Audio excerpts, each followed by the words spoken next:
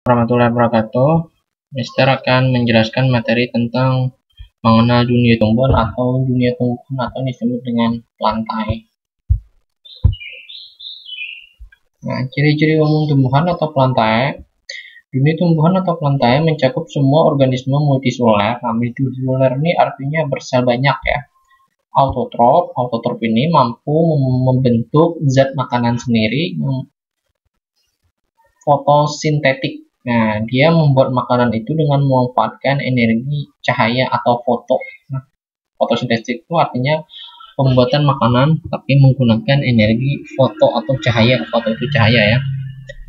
Dinding sel tumbuhan disusun atas senyawa selulosa, nama zat lah, dan menyimpan kelebihan karbohidratnya dalam bentuk amilum. Jadi karbohidrat itu di dalam tubuh tumbuhan disimpan dalam bentuk zat namanya amilum. Jadi hasil fotosintesis berupa karbohidrat dirubah menjadi amilum.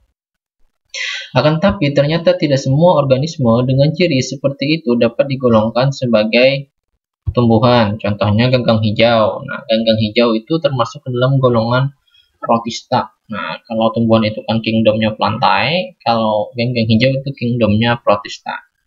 Atau alga hijau lah, ganggang hijau nih. Alga hijau atau Coropita namanya. Dalam sistem klasifikasi 5 kingdom, tumbuhan atau plantae dibagi dalam beberapa divisio, termasuk di dalam jenis-jenis tumbuhan ada golongan lumut, Bryophyta, paku-pakuan, Pteridophyta, dan tumbuhan berbiji spermatophyta. Nah, semoga saja kita selama 1 bulan ini mampu membahas ketiga-tiganya ini. Sempat ya. Oke, lanjut. Yang pertama yaitu lumut atau Bryophyta. Nah, semua lumut merupakan tumbuhan autotrof fotosintetik atau berfotosintesis.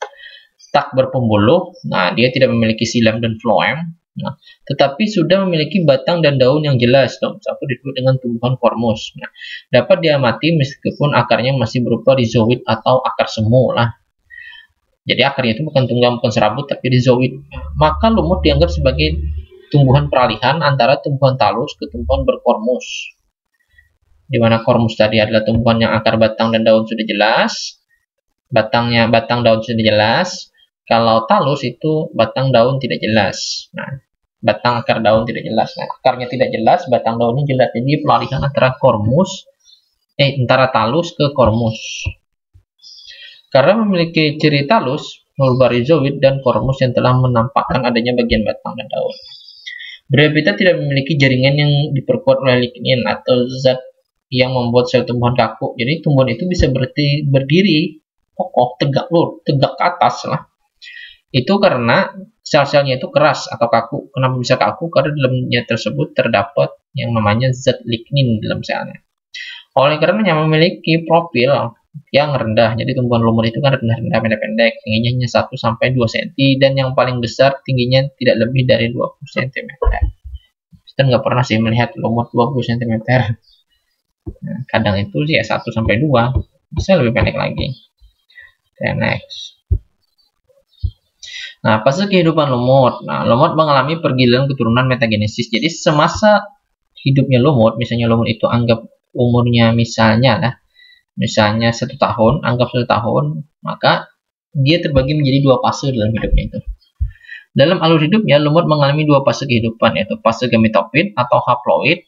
Nah, haploid ini jumlah selnya aja, jumlah DNA lah atau kromosom dalam tubuhnya. Dan fase saprofit atau diploid. Nah, kromosomnya diploid, kromosomnya haploid ini kromosomnya ganda, diploid itu kromosomnya berpasangan. Kromosom itu apa? Kromosom itu adalah tempat DNA di dalam tubuh makhluk hidup. Dalam daur hidup lumut, nah misalnya lumut daun lah. Generasi gametofit atau penghasil sel gamet ini sel kelamin, merupakan generasi yang dominan. Atau misalnya dalam 1 tahun masa hidupnya, sekitar misalnya 80% dari 1 tahun itu dihabiskannya pada fase gametofit. Sisanya sporofit. Generasi sporofitnya atau pangspornya lebih kecil dan hidup lebih pendek. Nah, masanya lebih dari tadi dalam fase hidupnya itu.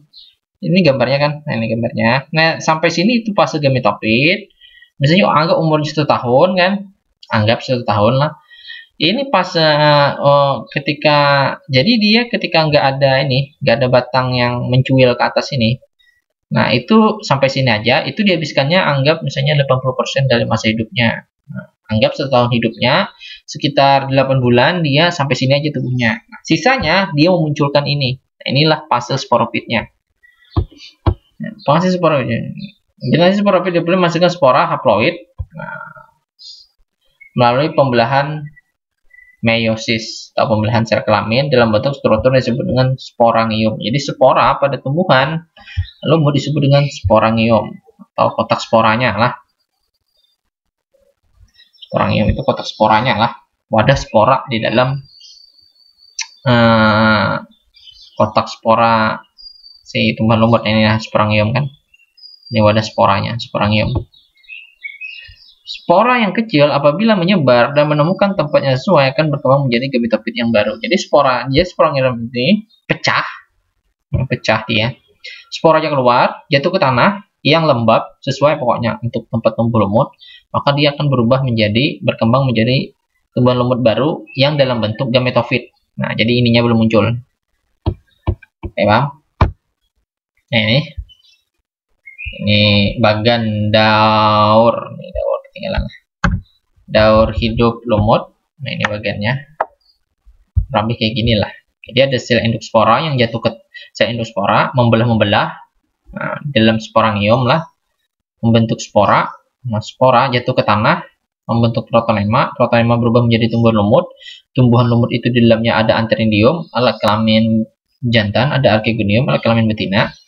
Jantan ini menghasilkan spermatozoa, betina ini menghasilkan ovum, bergabung membentuk zigot. Nah, zigot ini yang tumbuh menjadi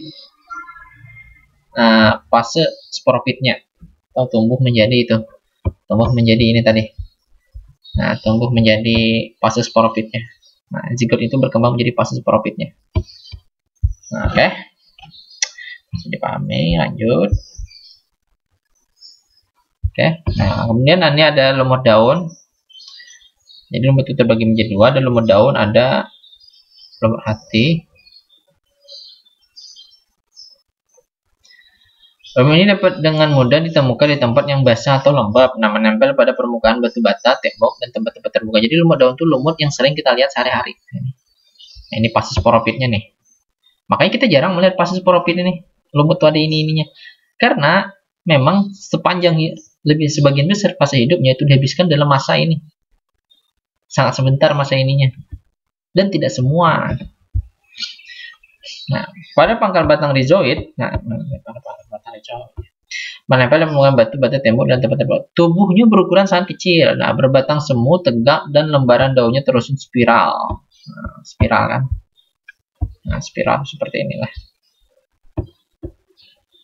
Kalau diamati dengan lebih seksama lah. Oke.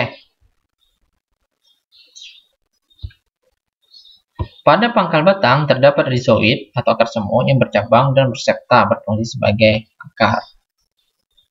Septa itu serat-serat lah. Nah, letak antheridium dan archegonium terpisah. Nah, sekalipun lumut daun berukuran kecil, tetapi dampak kolektifnya pada bumi sangat besar. Jadi lumut ini disebut sebagai tumbuhan perintis. Nah, jadi suatu ekosistem itu pertama kali pasti tumbuh lumut dulu. Sekian beberapa tahun tanahnya sudah subur kan, ada lumut kan, baru tumbuhan-tumbuhan yang kecil-kecil tumbuh. Nah, lanjut ini ada lumut hati. Nah, lumut hati ini jarang kita temui lah. Mister pun nggak pernah melihat secara langsung. Pernah melihat secara langsung itu di lab.